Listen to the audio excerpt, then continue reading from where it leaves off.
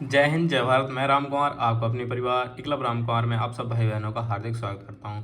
तो आज हम फिजिक्स का जो मतलब विज्ञान में फिजिक्स का जो चैप्टर है वो 9 है, जिसका नाम है प्रकाश का परावर्तन तथा अपवर्तन। तो हम आज इसके ऑब्जेक्टिव क्वेश्चनों को हल करेंगे और बहुत बेहतरीन तरीके से हम इसको अपना कंप्लीट करेंगे। तो चलते हैं, स्टार्ट करते हैं पहले क्वेश्चनों को। तो आपके सामने पहला क्वेश्चन है कि उत्तल दर्पण से प्रतिबिंब सदैव बनता है। तो आपको ऑप्शन नंबर सी, ध्रुव तथा फोकस के बीच में। जब प्रकाश किरणें एक माध्यम से दूसरे माध्यम में जाने पर अविलंब से दूर हटती हैं तो वह ऑप्शन नंबर बी, विरल माध्यम से सघन माध्यम में जाती हैं। उत्तल दर्पण द्वारा अनंत पर स्थित वस्तु का प्रतिबिंब होता है तो ऑप्शन नंबर बी, आभासी तथा छोटा। 10 सेंटीमीटर फोकस दूरी का उत्तल लेंस एक वस्तु के बराबर आकार का वास्तविक प्रतिबिंब बनाता है। वस्तु और इसके प्रतिबिंब के बीच की जो दूरी होगी वो कितनी हो जाएगी? आपका ऑप्शन नंबर बी, 20 सेंटीमीटर। एक उत्तल दर्पण द्वारा उत्पन्न आवर्धन सदैव होता है तो ऑप्शन नंबर ए, 1 से अधिक। किसी लेंस से वस्तु का प्रतिबिंब आभासी सीधा और वस्तु से छोटा बनता है। ऑप्शन नंबर ए किस पर होता है? अवतल लेंस पर। एक गालीय गलत लिखा है इसमें, इसका मतलब एक गोलीय दर्पण के वक्रता केंद्र तथा ध्रुव के बीच की दूरी 20 सेंटीमीटर है। तो दर्पण के ध्रुव से फोकस की दूरी क्या होगी? तो आधी हो जाएगी। वो कितना हो जाएगी? 10 सेंटीमीटर। Option number B. किसी वस्तु का आभासी एक आकार में बड़ा प्रतिबिंब बनाने के लिए कौन से दर्पण का प्रयोग करना चाहिए? तो ऑप्शन नंबर बी, अवतल दर्पण। प्रकाश की चाल अधिकतम होती है तो आप सब जानते हो निर्वात में होती है। Option number D. प्रकाश की किरणें जब एक माध्यम से दूसरे माध्यम में प्रवेश करती हैं और उसका मार्ग परिवर्तित होता है तो इसे कहते हैं अपवर्तन। Option number B. निम्नलिखित में से कौन सा परावर्तन का प्रकार नहीं है? तो आप कहेंगे ऑप्शन नंबर डी, बाह्य परिवर्तन। पूर्ण आंतरिक परावर्तन होता है, अनियमित परावर्तन होता है, नियमित परावर्तन होता है, लेकिन बाह्य परावर्तन जैसी कोई चीज नहीं है। यदि आपतन कोण 45 डिग्री है तो परावर्तन कोण कितना होगा? तो आप सब कहोगे ऑप्शन नंबर ए, 45 डिग्री। जब प्रकाश एक माध्यम से दूसरे माध्यम में जाता है तो उसकी चाल क्यों बदलती है? तो बदलती है अपवर्तन के कारण। Option number B. प्रकाश के अपवर्तन का उपयोग किस में किया जाता है? तो आप कहोगे ऑप्शन नंबर डी, उपयोग सभी, मतलब दूरबीन में भी किया जाता है, लेंस में भी किया जाता है, माइक्रोस्कोप में किया जाता है। यदि आपतन कोण 0 डिग्री है तो अपवर्तन कोण कितना होगा? तो आप कहोगे 0 डिग्री होगा। Option number A. निम्नलिखित में से कौन सा पदार्थ प्रकाश के अपवर्तन के लिए उपयुक्त है? तो आप सब कहोगे ऑप्शन नंबर बी, पारदर्शी कांच। जब प्रकाश वायु से कांच में जाता है तो उसकी चाल क्या होती है? तो आप उसका क्या हो जाए? कम हो जाती है, क्योंकि जब वायु से तो कांच में जा रहा है, सघन माध्यम में जा रहा है, तो क्या हो जाएगी? उसकी जो चाल होगी कम हो जाएगी। अगर सघन माध्यम से विरल माध्यम जाए तो बढ़ जाएगी। निम्नलिखित में से कौन सा प्रकाश के अपवर्तन का उपयोग नहीं करता है? तो आप कहोगे अपवर्तन का नहीं करता। ऑप्शन नंबर बी, पानी में तैरता पत्थर। निम्नलिखित में से कौन सा उपकरण परावर्तन के सिद्धांत पर कार्य करता है? तो ऑप्शन नंबर सी, समतल दर्पण।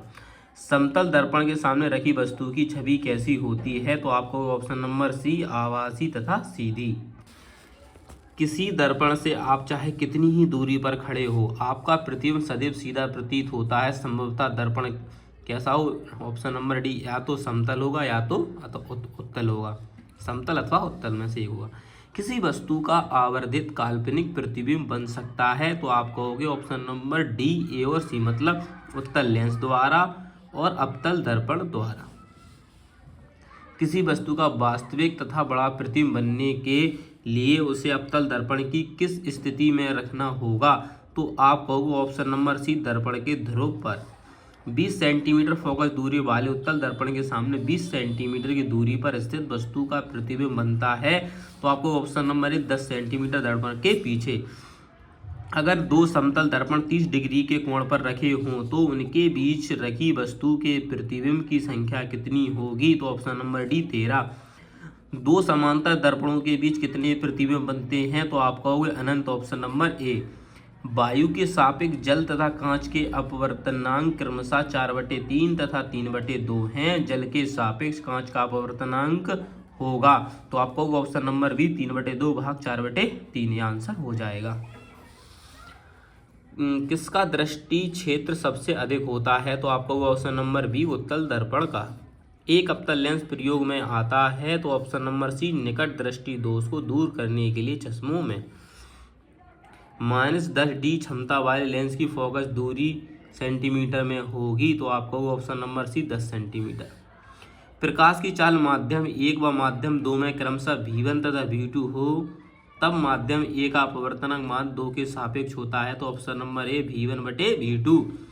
एक पारदर्शी माध्यम से दूसरे पारदर्शी माध्यम में प्रवेश करने पर एक प्रकाश किरण के लिए अपवर्तन कोण का मान आपतन कोण की तुलना में अधिक होता है यदि प्रकाश की किरण ऑप्शन नंबर ए सघन माध्यम से विरल माध्यम में जा रही हो।